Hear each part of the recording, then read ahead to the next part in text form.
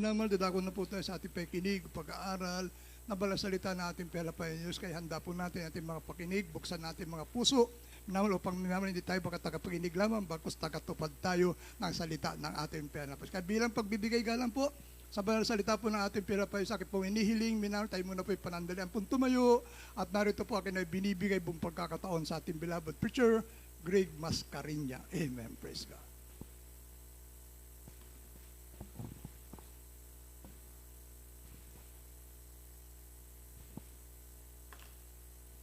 Praise the Lord. Everybody shout, praise the Lord. Purihin po ating dakilang Diyos, manamahal. Tayo po'y manalangin sa ating malapay noon. At pong hingin ng gabay ng ating dakilang Diyos sa ating pong pag-aaral ng kanya pong banal na salita. O dakil mapagpahal naming Diyos, aming pinakamahal pa Jesus, kami po ay muli narito sa iyong harapan, nagpupuwit, nagpapasalamat. Sa dakilang ginitong pibling ito, pinagkalumusamin, muli mo kaming pinagsama-sama upang kaway aming pasalamatan, sambahin ang iyong marilag at banal na pangalan. Salamat o Diyos sa bawat naunang ito niyong balagawa na kami lubos mong pinagpala. At narito kami malapay noon, hallelujah, sa iyong mga salita na muli po namin pag-aralan malapay. Kami po ay humingi na yung mayamang habag na kung saan man po kami nasumpungan sa iyong pagkakasala, patawarin mo kami malapay noon o Diyos. Ihanda mo po ang puso, malapay sa pag-amba salita. Sa ganaki, wala akong magagawa. Masalam po ng karunungan nagmula sa iyo. Lagay mo sa aking malabi, masalita, taglay po ang pag-iwat kapangyarihan. Pagpalain mo ang bawat sang narito at sama-sama na pinapalayas. Lahat ng gawa ng kaway, demons of doubt, and hindrances, kasaut in the name of Jesus, kasaut in Jesus' name. Hallelujah! Praise the Lord. Praise the Lord. Tayo po'y makaupo minamahal at tayo po'y mag-aral ng banal na salita ng ating malapay noon. Bagong lahat, ako muna ay nagpapabot ng pinakamataas na pagpupuit, pagsamba pagulhati, ay naukol lamang sa ating pinakamahal na Jesus, praise the Lord. At dobling paggalang po ng mahal sa ating beloved parents in the Lord. Patuloy po nating inaalala ang kalmatur at aral na iniwan sa atin ng ating beloved pastor, Evangelista Ulista Dalmeda, and po sa ating beloved assistant pastor, Lina C. Almeida. At pinapabot din po natin ang pagbati sa buong Almeida family, sa lahat po nating mga beloved co-workers, sa ating beloved preachers, ating beloved ordained preachers, sa inyo po mga minawag kapatiran, maging sa lahat po natin po mga live webcast viewers na mahal throughout the world. Mapagpalang madaling araw po sa bawat isa atin. Puri po ating malapay noon at tayo po'y tuloy-tuloy na po minamahal. Tayo po'y mag-aral muli ng salita ng Diyos. At basahin po natin ating pong magiging tema sa madaling araw na ito at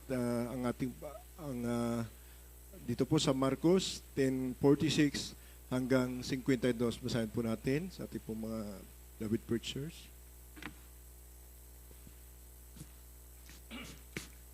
Dito po sa Marcos Kapitulo 10, talatang 46 hanggang 52. At nagsidating sila sa Jericho. At habang nililisan niya ang Jericho, nakasama ng kanyang mga alagad at ng lubag maraming mga tao, ang anak ni Timeo, si Bartimeo na isang pulubing bulag, ay nakaupo sa tabi ng daan. At nang marinig niya na yaoy si Jesus Nazareno, siya nagpasimulang magsisigaw at nagsabi, Jesus, ikaw na anak ni David, mahabag ka sa akin. At siya'y pinagwikaan ng marami upang siya'y manahimik. Natapwat siya'y lalong subisigaw, ikaw na anak ni David, mahabag ka sa akin. At tumigil si Jesus at sinabi, tignan ninyo siya. At tinawag nila lalaking bulag na sinasabi sa kanya, laksan mo ang iyong loob, ikaw ay magtindig, tinatawag kaniya. At siya, pagkatapos ng kanyang balabal, ay nagmadaling tumindig at lumapit kay Jesus. At sumagot sa kanya si Jesus at sinabi, ano ang ibig mong gawin ko sa iyo? At sinabi ng lalaking bulag, Rabuni, natanggapin ang aking paningin. At sinabi sa kanya ni Jesus, humayo ka ng iyong lakad. Pinagaling ka ng iyong pananampalataya at pagdakay tinanggap niya ang kanyang paningin at siya'y sumunod sa kanya sa daan. Amen. Amen. Ipalakpak muna natin ating mga kamay sa ating malapay noon. Lahat muna tayo magsabi ng praise the Lord. Praise the Lord. Puri ating takalang Diyos. God bless you po sa ating beloved preacher, Brother Orlando. Ang Diyos po magpala sa kanya pong banal na salita. Puri ating malapay noon, manumahal. Ating pong pamagatan ng ating paksa, manumahal. Desire with faith. Manumahal. Pag may pagnanais na mayroong pananampalataya. Amen? Yan po ang ating pong pag-aralan, minamahal. Pag may pagnanais ka pero wala kang pananampalataya, minamahal, at mayroon ka namang pananampalataya pero wala kang pag-desire, wala kang pagnanais, minamahal, wala po yung magiging kabuluhan. Amen? Dapat, minamahal, pag mayroon kang pananampalataya, mayroon kang pagnanais. Amen? Kaya nga, minamahal, kailangan magkasama yan, minamahal, kasi sabi ng Biblia, kung ang tao'y walang pananampalataya at kung ang tao'y may pananampalataya na walang gawa, patay po yan sa harapan ng Diyos. Kaya kung tayo nananampalataya sa ating walang Panginoon, kailangan, minamahal, praise God, ipakita natin sa pamamagitan ng gawa. Mapalakpakan natin ang ating dakilang Diyos. Everyone say, praise the Lord. Tingnan niyo po, minamahal, ang talata na ito na ating pong nabasa. Kung gaano niya hinangad nung marinig niya ang ating dakilang Diyos na parating, minamahal, napakaraming tao. Pero, minamahal, nagpapansin si Bartimeo. Kahit pinigilan siya, minamahal, pinagwikaan siya at siya'y tumahimik, mas lalo siyang nagsisigaw. Gusto niyang mapansin siya ng ating dakilang Diyos. Amen? Ganon din po tayo, minamahal. Para, minamahal God, mapansin po tayo ng ating dakilang Diyos, kailangan magsumikap tayo. Ipakita natin yung nakalulugod sa harapan ng Diyos. Kaya nga, kung tayo po'y mapansin ng ating malapay noon, tingnan niyo po, minamahal, ang ating desire, ipagkakaloob ng ating dakilang Diyos. Gusto mong gumaling, gusto mong pagpalain, kailangan mapansin ka ng ating dakilang Diyos, katulad ni Bartimeo. Amen? Tingnan niyo po sa talatang ito na nabasa natin. Sabi nga dito, napakaraming tao. Itong si Bartimeo na pulubing bulag, nakaupo sa daan. At nang marinig niya ang ating dakilang Diyos, siya ay nagpasimulang magsisigaw at nagsabi, Jesus, ikaw na anak ni David, mahabag ka sa akin. Amen? Kaya nga kung mayroon kang desire na gumaling, desire na pagpalain, desire na makamit mo yung hinangad, minamahal, God, humingi ka ng habag sa Diyos. Amen?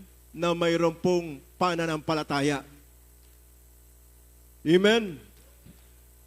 Kaya nga, sabi nga dito sa 48, at siya pinagyuka ng marami upang siya tumahimik, datapwat siya lalong sumisigaw, ikaw na anak ni David, mahabag ka sa akin. Kaya minamahal, tingnan niyo po, minsan, nangyayari sa Kristiyano ito. Yung po tayong, yung tayo po ay hinahadlangan minsan. Dalo ka na lang dalo. Hindi ka bibigyan ng pamasahe. Minamahal, ganyan po minsan ang nangyayari sa atin. Hahadlangan po tayo. Pero, minamahal, bruskat, ipakita mo na mayroong kang pananampalataya. Amen? May pananampalatayang may gawa. Kaya nga, pag may desire ka, may pagnanais ka, minamahal, ipakita mo, minamahal, sa pamagitan ng gawa, minamahal, yan po malulugod sa iyo ang Diyos. Mapapansin ka, minamahal, anuman ang iyong hinahangad, ipagkakaloob yan ng ating pinakamahal na Jesus. Mapalakpakan natin ang ating malapay na everybody say, praise the Lord. Huwag kang magpatinag, huwag kang magpapigil. Minamahal, katulad ni Bartimeo, minamahal, pinapatahimik siya. Pero hindi po siya natinag. Minsan ang Kristiyano, minamahal, nagsasawa na. Mayroon naman siyang nais, mayroon gusto niyang gumaling, pero wala na siyang pagnanais, minamahal sa banal na gawain ng Diyos. Pero gustong gumaling, may pananampalataya.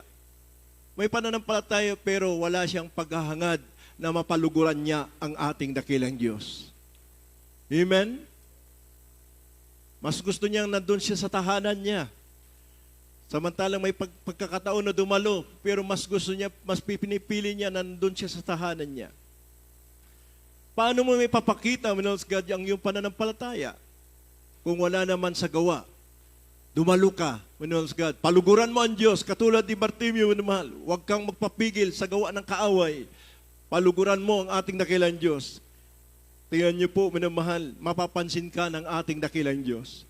Kaya nga sabi dito, minamahal, tingnan niyo po, sa 49, at tumigil si Jesus at sinabi, tawagin ninyo siya, at tinawag nila ang lalaking bulag at sinasabi sa kanya, laksan mo ang iyong loob, ikaw ay magtindig, tinatawag ka niya. Ngayon naman, napansin siya ng ating dakilang Diyos, tumigil siya sa kasisigaw niya. Minsan tayo, manamahal, pag tayo po'y nagpupuri sa Panginoon, huwag kang magsasawa magpuri, manamahal, praise God. Yung panalangin mo, manamahal, God, yung pagtawag mo sa Kanya, mapapansin yan ng ating dakilang Diyos. Amen? Kaya, manamahal, tingnan niyo po sa talatang 51, sumagot sa Kanya ni Jesus at sinabi, ano ang ibig mo ang nagawin ko sa iyo?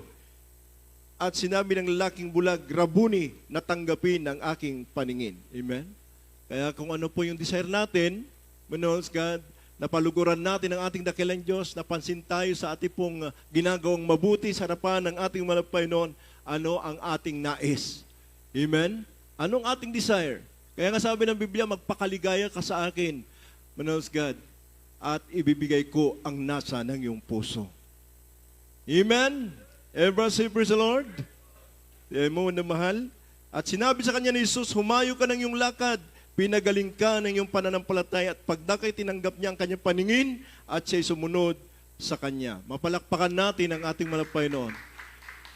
Kaya nga pag tayo po'y natanggap po natin yung ating pong kahilingan sa Panginoon, dapat huwag tayong magbabago.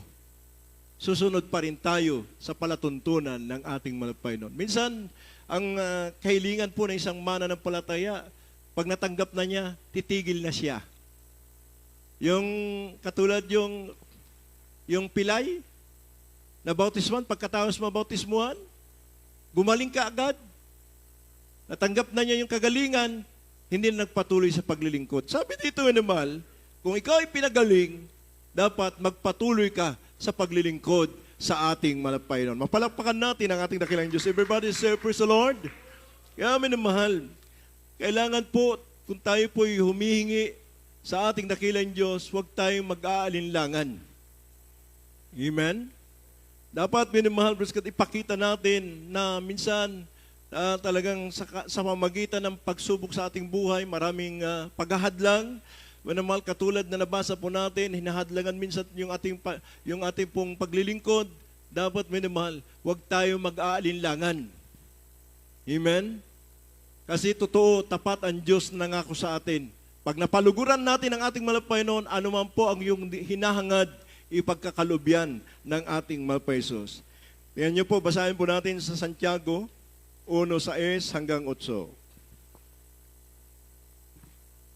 Dito po sa aklat ng Santiago, Kabanatang 1, ang talata po'y 6 hanggang 8. Ngunit humingi siyang may pananampalataya na walang anumang pag-aalinlangan, sapagat yaong nag-aalinlangan ay katulad ng isang alon ng dagat na tinutulak ng hangin at ipinapadpad sa magkabi-kabila. Sapagkat huwag isipin ng taong yaon na siya'y tatanggap ng anumang bagay sa Panginoon. Sa 8, ang taong may dalawang akala ay walang tiyaga sa lahat ng kanyang mga paglakad. 9. Datapwat ang kapatid. Amen. Tapos 8. na po. Hanggang 8 lang. Praise the Lord. Amen. Everyone say, praise the Lord. Tingnan niyo po, minamahal, kailangan 100% ang pananampalataya po natin. Kaya nga, ang ating pong beloved parents in the Lord, tinanong niya yung mga 12 prayer warrior. Amen.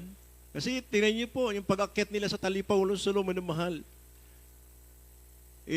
Yun po'y delikadong lugar. At lalong-lalo na pagdala mo po ang banal na kasulatan, ang Biblia, at ang itinataas mo ay Jesus. Minamahal, talagang ayaw na ayaw po nila.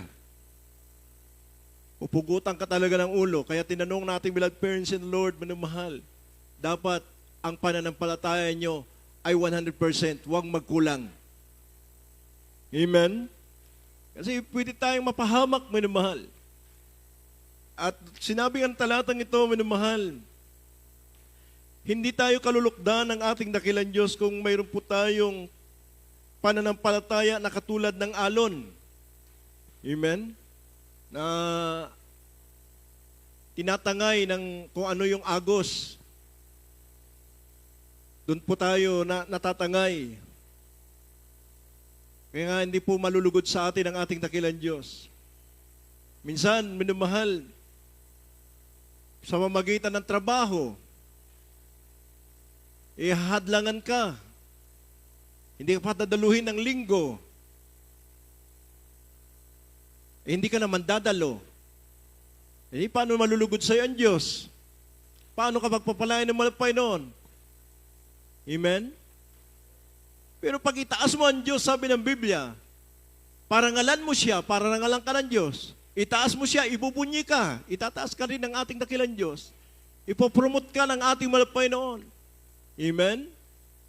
Huwag lang mag-alinlangan yung pananampalataya mo. Kaya nga, makikita mo yung mga Kristiyanong katulad ng alon ng pananampalataya, hindi mo makikita yung paglago ng kanilang espiritual. Amen? Ever say, praise the Lord? Kaya nga sabi sa talatang ito, ngunit humingi siyang may pananampalataya na walang anumang pag-alinlangan sapagkat yung nag-alinlangan ay katulad ng isang alon ng dagat na itinutulak ng hangin at pinapadpad sa magkabi-kabila.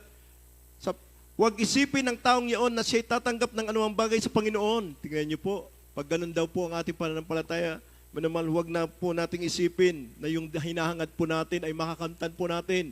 Gusto mong gumaling, gusto mong magkaroon ng magandang buhay, manamal, huwag mo nang isipin na tatanggap ka sa Diyos. Amen? Yung desire ng puso mo, manamal, na itaas ka sa yung posisyon sa yung trabaho, huwag mo nang isipin yan na makakamtan mo kung hindi mo maitataas ang ating dakilang Diyos. Amen? Sapagkat sabi ito, ang taong may dalawang akala ay walang tiyaga sa lahat ng kanyang mga paglakad. Kaya tingin mo, walang tiyaga sa kanyang paglakad, hindi raw po, manalas God, makakatanggap na ng mga pangako ng ating dakilang Diyos. Dapat, minamahal, ipakita po natin sa pamamagitan ng ating pong pagtsatsaga sa paglilingkod, minamahal, na kahit tinahadlangan ka, minamahal, para matanggap mo, manalas God, yung kahilingan mo sa malapay noon. Katulad ni Bartimeo, manalas God, na nabasa po natin, kahit hinahadlangan, kahit pinapatigil, mas lalo siyang nanggigigil. Amen? Ever say, praise the Lord? Dapat tayo, ganun po, manamal, pag tayo pinapatigil, manamal, mas lalo tayong manggigigil sa paglilingkod sa ating dakilang Diyos. Gustong-gusto nating makarating sa gawain ng ating malapay. Sapagkat kung mapansin ng Diyos, yung ating pong manamal God, desire na talagang mapaglingkuran siya na may kagalakan, minamahal God, ano man po ang ating pong hinahangad, yan po ay pagkakaloob ng ating pinakamahal pa Jesus. Palakpakan natin ang ating dakilang Diyos. Everybody say, praise the Lord. Yan nyo po, yung tong dalawang bulag na ito. Kaya nyo, naniniwala ba kayong kaya kong gawin ang mga bagay na ito? Sabi ng ating dakilang Diyos. Sabi ng dalawang bulag, naniniwala po kami na kayang-kaya mong gawin. Amen? Gusto nilang dumilat ang kanilang mga paningin, manamahal, praise God. At tinanong sila ng ating dakilang Diyos, believe ye that I am to do this? They said unto him, yea, Lord. Kaya mo. Naniniwala naman po tayo, manamahal, God. Amen? Kailangan lang po, manamahal, yung ating hinahangad, manamahal, may kalakip na pananampalataya. Amen? Naniniwala tayo. Naniniwala tayo sa ating dakilang Diyos. Marami po naniniwala, minamahal, pero kailangan ipakita natin sa magitan ng gawa. Amen? Kaya dapat, minamahal, makinig tayo sa mga salita ng ating dakilang Diyos sapagkat dito tayo, minamahal, lalago. Dito tayo, minamahal, God, minamahal, magkakaroon ng 100% pananampalataya.